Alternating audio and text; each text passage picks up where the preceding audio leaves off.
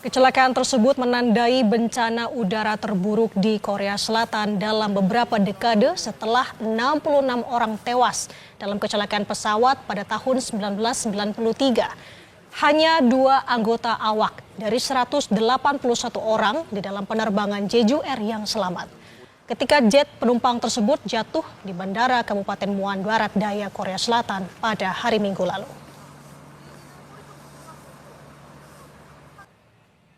Saudara, kecelakaan pesawat Jeju Air yang menewaskan 179 orang menjadi salah satu kecelakaan terparah dalam sejarah penerbangan dunia. Diduga kecelakaan itu akibat tabrakan dengan kawanan burung atau bird strike. Seberapa besar bahaya serangan kawanan burung di area landasan? Dan apa analisa kecelakaan pesawat Jeju Air? Bagi ini kita akan bahas dengan pengamat penerbangan bersama dengan Alvin Lee yang sudah terhubung bersama kami melalui sambungan Zoom. Selamat pagi Mas Alvin. Selamat pagi Mbak Nanda. Mas Alvin, ini tampaknya akhir tahun yang kelam untuk dunia penerbangan, Mas Alvin. Bagaimana melihat kecelakaan Jeju Air ini? Apakah betul bird strike bisa sangat seberbahaya ini, Mas Alvin? Ya, bird strike atau pesawat menabrak burung itu walaupun jarang terjadi, tapi bukan sesuatu yang luar biasa. Eh, Pilot-pilot sudah diberi bekali pelatihan untuk mengatasi jika terjadi bird strike. Demikian juga pesawat-pesawat modern ini sebetulnya juga sudah eh, dirancang jika mengalami bird strike, misalnya salah satu mesin mati pun itu masih bisa dikendalikan. Nah, bird strike tidak menyebabkan roda pesawat tidak bisa keluar, dan juga dalam kasus Jeju Air, selain roda pesawat tidak keluar, flap juga tidak dalam konfigurasi untuk pendaratan. Dan ini menunjukkan adanya kemungkinan masalah dengan sistem hidrolis atau pilotnya yang tidak mengaktifkan, eh, tidak menurunkan konfigurasi flaps dan juga roda pendaratan. Itu yang harus dicari. Kenapa? Kalaupun bird strike seharusnya tidak terjadi, eh, roda pesawat tidak keluar dan flaps tidak bisa difungsikan. Demikian Mbak Nanda. Tapi bisa diartikan seperti ini, Mas Alvin. Apakah dari bird strike atau pesawat ditabrak oleh burung ini kemudian menyebabkan kegagalan dalam sistem dalam pesawat tersebut sehingga menyebabkan roda tidak dapat berfungsi dengan baik? Apakah bisa demikian? Tidak, secara sistem kalaupun bird strike itu ada burung yang masuk ke mesin, eh, apa yang perlu dilakukan oleh pilot adalah mematikan mesin itu, tidak langsung terkait dengan sistem hidrolis. Nah, apa yang terjadi ini semuanya sangat cepat ya. Memang saya juga meragukan apakah benar masalahnya adalah bird strike. Memang ATC sempat memberikan peringatan kepada pilot bahwa ada sekawanan burung dan resiko bird strike.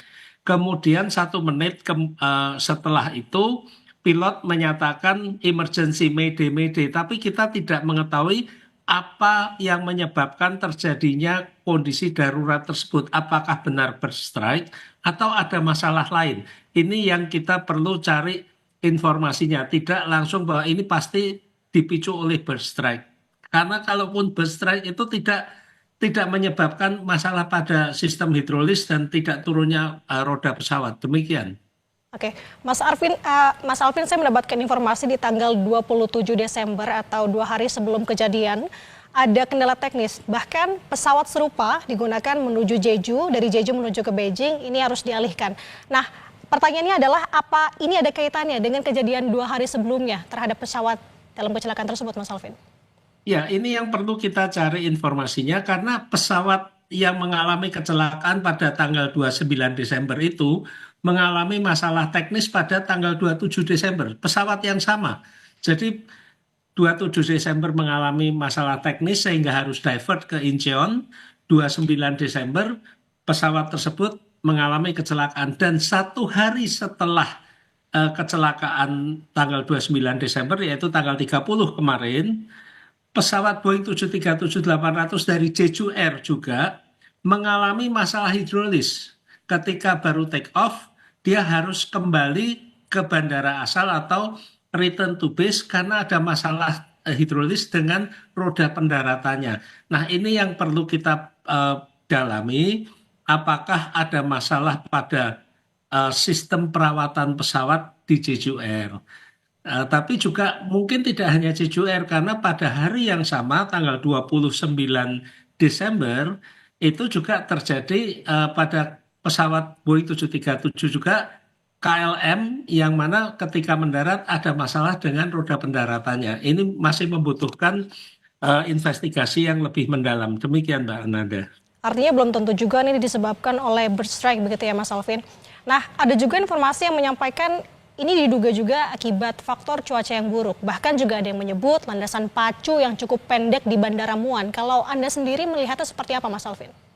Tidak, faktor cuaca ini kan ada parameternya ya, dan sebelum pesawat melakukan pendaratan selalu sudah diberi informasi tentang situasi cuaca, arah angin, kecepatan angin, bahkan tingkat kelembapan dan sebagainya.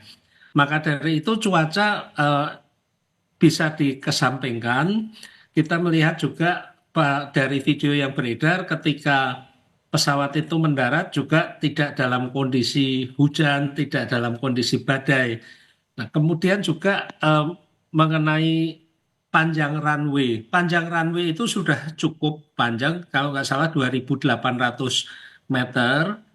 Nah, permasalahannya adalah pertama, kita pertanyakan kenapa di bandara di ujung runway itu ada dinding beton yang seharusnya tidak boleh ada struktur masif.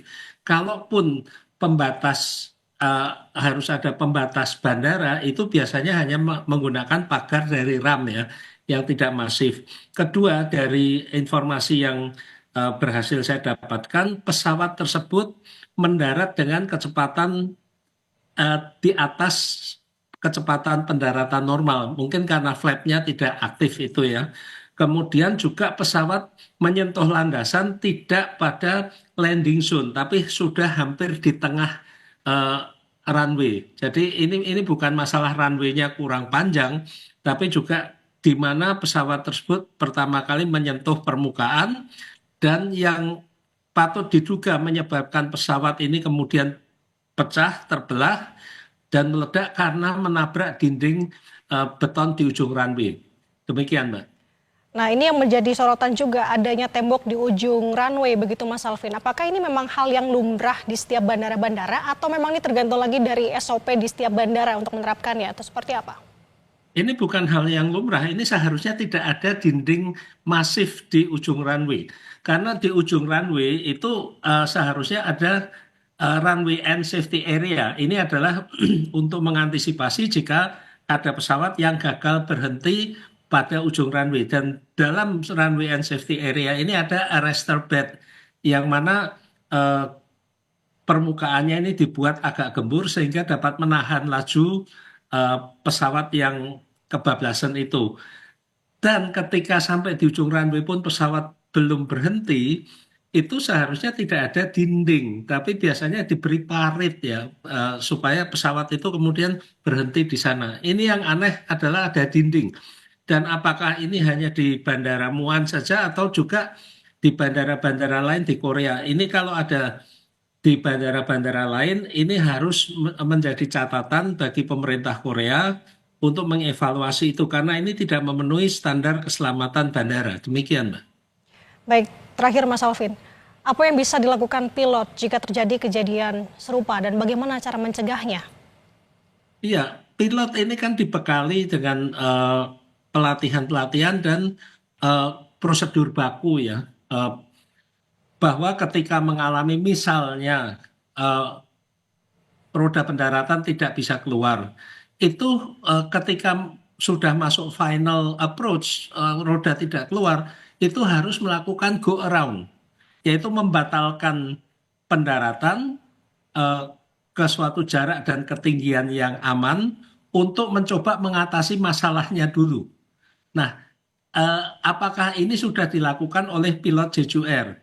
Kelihatannya dari data yang ada tidak cukup waktu untuk melakukan tidak cukup waktu untuk melakukan itu, langsung masuk saja.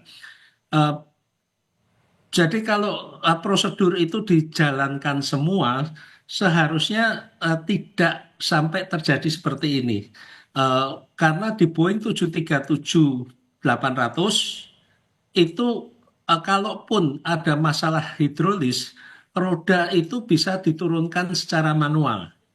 Kemudian juga ada pertanyaan juga, kenapa flapnya tidak turun, tidak dalam konfigurasi landing? Ini yang harus dicari sebabnya, dan saya yakin investigasi ini bisa agak cepat karena black box sudah ditemukan, parameter pesawat bisa segera dibaca, demikian juga rekaman suara di kokpit juga bisa dibaca dalam waktu dekat, mungkin dalam waktu seminggu atau 2 minggu akan terbit laporan awal, sedangkan laporan finalnya agak lama beberapa bulan hingga maksimal 1 tahun. Demikian, Mbak. Berarti artinya kita sama-sama menunggu karena saat ini tengah dilakukan investigasi oleh pemerintah setempat. Terima kasih atas pemaparannya dan kebersamaannya bersama dengan kami di Sapa Indonesia Pagi, Mas Alvin. Pengamat Terima kasih, penerbangan selamat Alvin, terima pagi. kasih. Sehat selalu.